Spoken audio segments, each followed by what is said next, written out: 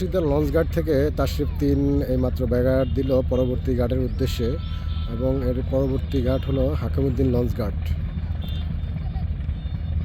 তিনটি নৌযানের মধ্যে মোটামুটি তাশরিফ-3 লঞ্চটিতে মোটামুটি যাত্রী পরিমাণ বেশ ভালোই বলা চলে।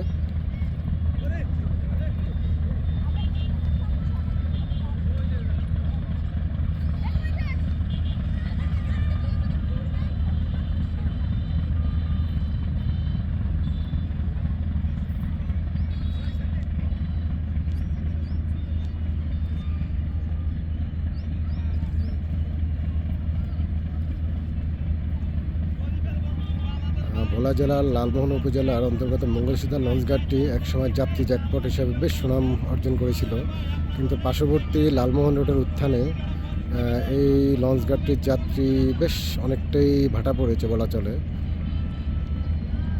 এবং তার অন্য একটি কারণ হলো ঢাকা বিতর রুটের রোটেশন। এই রোটেশনটা এই অত্র অঞ্চলের মানুষ বা যাত্রীরা ঠিক অতটা ভালোভাবে নেয়নি বলা চলে।